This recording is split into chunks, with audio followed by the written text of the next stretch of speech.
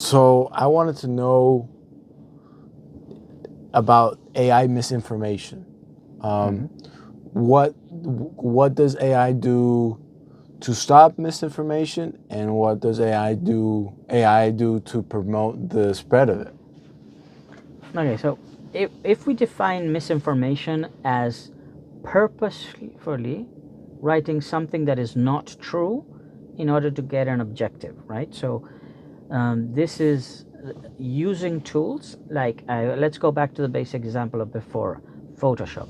Right. I'm editing a Photoshop to show a person doing a bad thing, and then I'm saying, okay, Nicolas is a bad person because here you see him kicking a dog. That is misinformation. You did not kick a dog. The Photoshop was edited, or the video was made to like look, and you're not a bad person. So that is misinformation. Somebody put it out with the objective of hurting you, and that there are legal implications for that, right? So that might be breaking the law, depending exactly what type of misinformation it is and how it's done. You have, as an individual, a certain protections under the law that protect you, right? Your good name, all of that. It might affect your business, like if you're, discrediting somebody and saying, this restaurant puts rat food in there, whatever bad thing you want to say about, like a restaurant, and then you kill their business, then that you have legal recourse against that to protect you about that. Right. So that hasn't changed with AI. So people used to do it, before photography. They would do it in the newspapers and write bad things about people in the 1800s, and then we came out with photographs, and people say, oh, there's a photo, but then we edited the photograph, and now we have video, and then we edit the video. So we if you're going to use a tool for misinformation, it can be any tool, including AI. So you haven't seen any impactful change, or you have seen? I'm just saying that AI is one more tool that can be used by people who want to misinform. Just like they can use Photoshop to make a photo and misinform about you. But it's misinformation. I'm defining it as something in which you have an active role of spreading false information, which is different from a passive role, right? I can lie, or I can make a mistake in what I'm saying. And you That's would passive, normally, right? yeah, if I make a mistake, and I give you wrong information by mistake, you're not going to be angry with me like if I lied on purpose and gave you, the wrong information on purpose. So those are two different things, And so if we say misinformation is, on purpose, and disinformation is by mistake, and again, these words can be defined by different people to mean different things, but just here for this conversation, let's say that, misinformation is the one I do on purpose, and disinformation is the one that I do by mistake.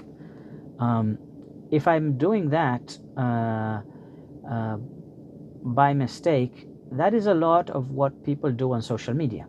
So a lot of people, repost things that are wrong, and they do it because it's funny or whatever, but they're spreading something that's not true, and they can do it by mistake or not mistake. I think that the virality of the content that you generate is what determines, how much it gets replicated afterwards.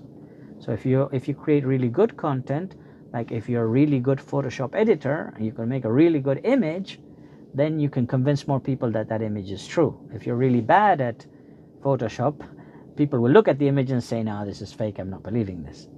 I think with AI, you have the same problem. You can create content that it looks really believable, and that is funny, or there's other things, other hooks that make it, more viral, versus things that are, not very good, and people will not believe. Either it's boring or badly generated, or the quality of the video is not good, and so people don't believe it to be true. Okay, so let's go into the implications of this, right? Because there's such a thing as AI bias, right? And it's already influencing people's decisions. Yeah. So How should it be AI addressed? bias is a It's complex different, it's subject, but let's talk, for example, if I'm using information to train a model that already has a bias. For example, most of the information on the internet is in English, right? English is overrepresented as a language on the internet. Because I'm using language to train these large language models, the quality of, for example, if I'm going to translate text from Spanish to English, those are two big languages with a lot of information existing on the internet. So the large language models have been trained with a lot of that. Now, if I want to translate from, I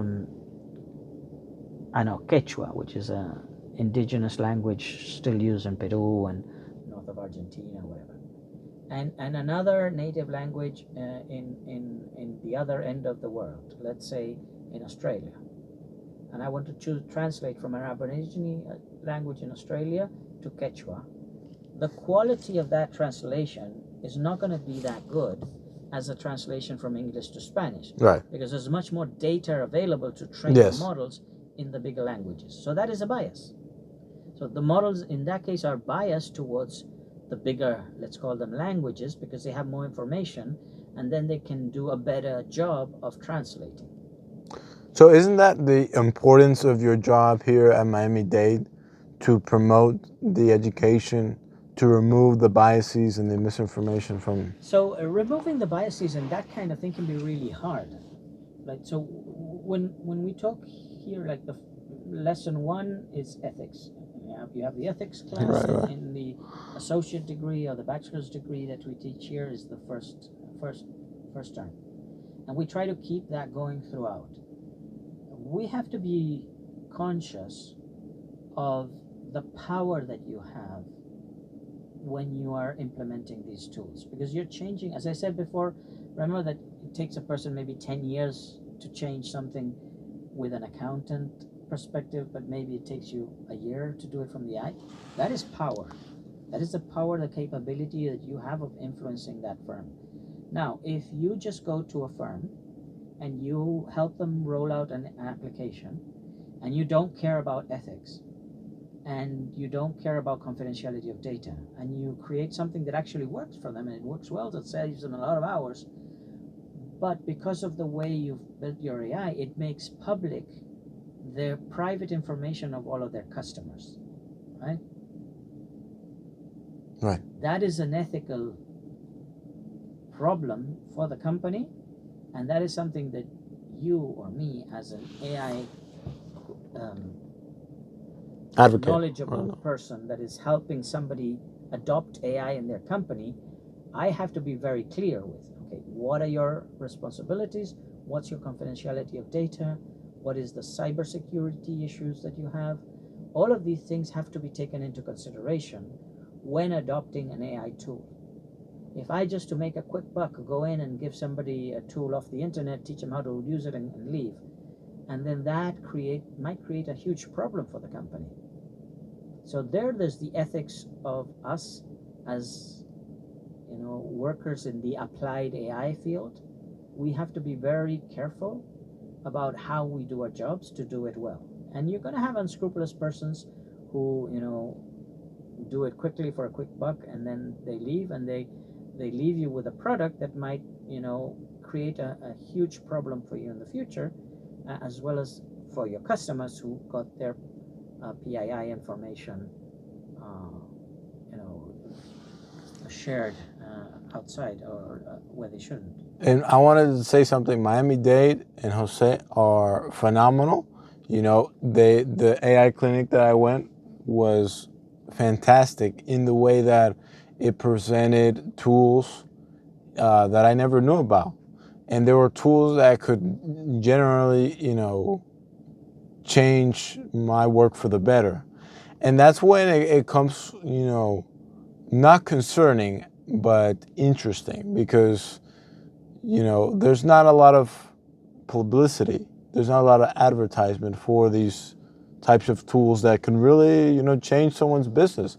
And why is that? Because it's too new. Everything is too new. The changes are happening very fast. And there's a lot of them. And also because the people that are on the other side, on the buyer side, they don't have enough information to make good decisions about whether to buy product A or product B. So going back to the analogy of the 70s and computers, let's say you're the owner of a company in the 1970s, and you realize, hey, look, everybody's getting computers and I don't know, travel agency or whatever, and you say, okay, I need to get myself, computers so that I'm more productive in my job. But you have no idea what a computer is. You've never used a computer in your life. How are you going to make a decision on whether to buy Dell or IBM or how much RAM you want on your computer? Are you going to buy Lotus Notes or the Office package, or which software are you going to buy? You've never used a computer in life. How are you going to make all of these decisions? And so that's important that people first have to learn about AI, learn what it is, do something like the clinic that you went through, and then you're going to have enough ideas in your brain to make a better informed decision about this product versus that product. And we'll close with this.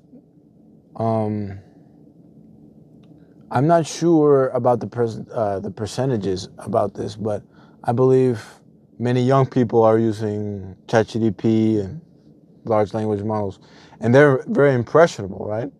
What they do now will impact what they do in the future. Mm-hmm.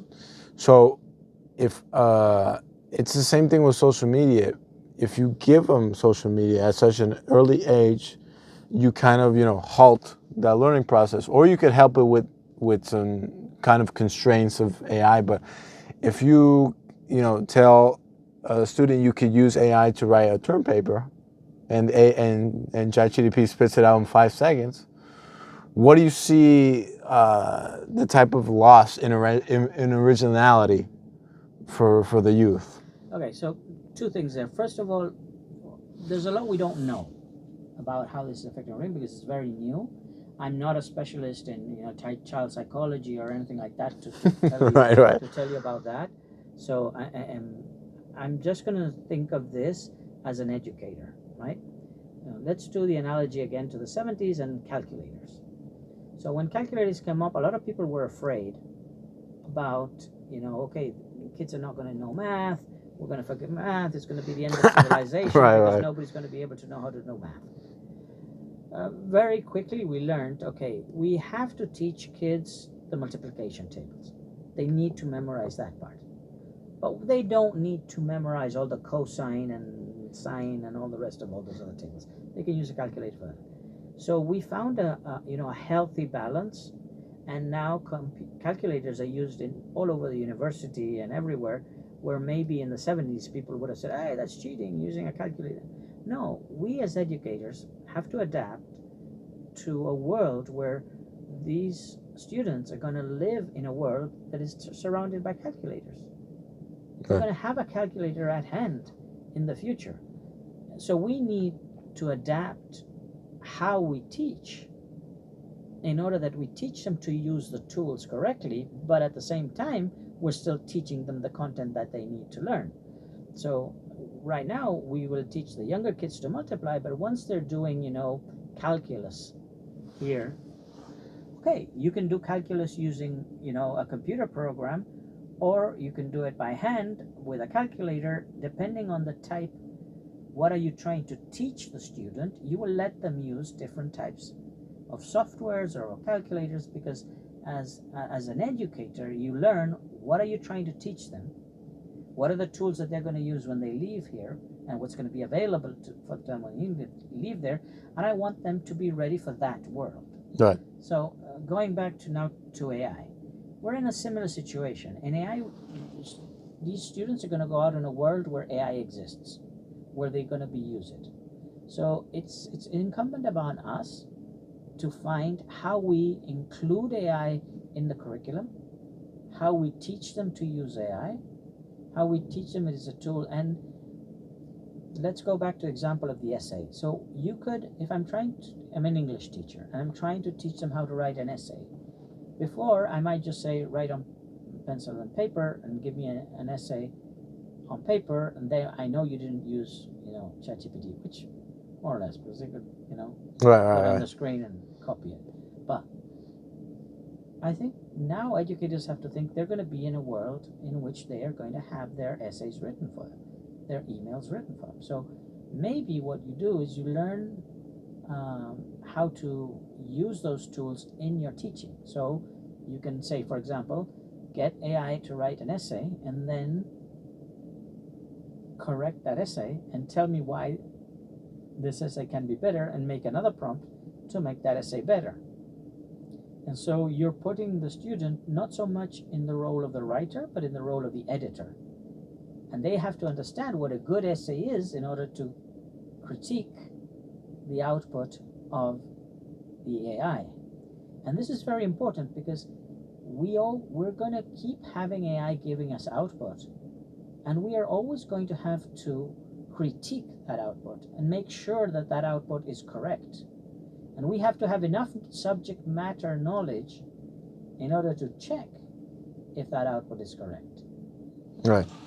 So that is where, as educators, we have to learn to use the tools, as part of the training, and to make sure that the students are ready for a world. They will live in a world where those tools exist and where they can use them productively. Because you know the example of the lawyer that used ChatGPT and it invented cases that didn't exist and he got in trouble. I don't know, he got disbarred or whatever. That is because that person did not check the output, did not critique the output that it got. And a lot of that comes from thinking of AI as an oracle versus as an assistant. You know, the mentality of the oracle is it always gets it right. Whatever answer it gives me, that is the correct answer. But it's not the case many times, huh? That is not the case. The AI is an assistant that will go out and do some work for you and give you an answer, but that answer might be wrong. It might be wrong because there's bias in the data of the, translate this to Spanish, right? Right. So the quality, I need to know enough Spanish in order to know that that is a proper translation or not. Yes, right. So, you know, if I don't know any Spanish and I'm traveling in Thailand and I don't speak Thai, and I use a translator, the translator is not perfect, okay, fine, it's better than nothing. Right. I'm going to use it. But I'm using it knowing that it's not perfect and knowing that the outcome, because I'm living in a world that AI exists and I'm going to use it, but I don't expect it to be perfect, it's just useful. Okay. So it's the same thing with a tool, right? It's a tool. How do we use that tool for productive things?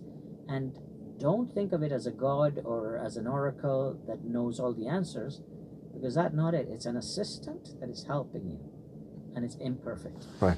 Well, thank you so much, Jose. My pleasure.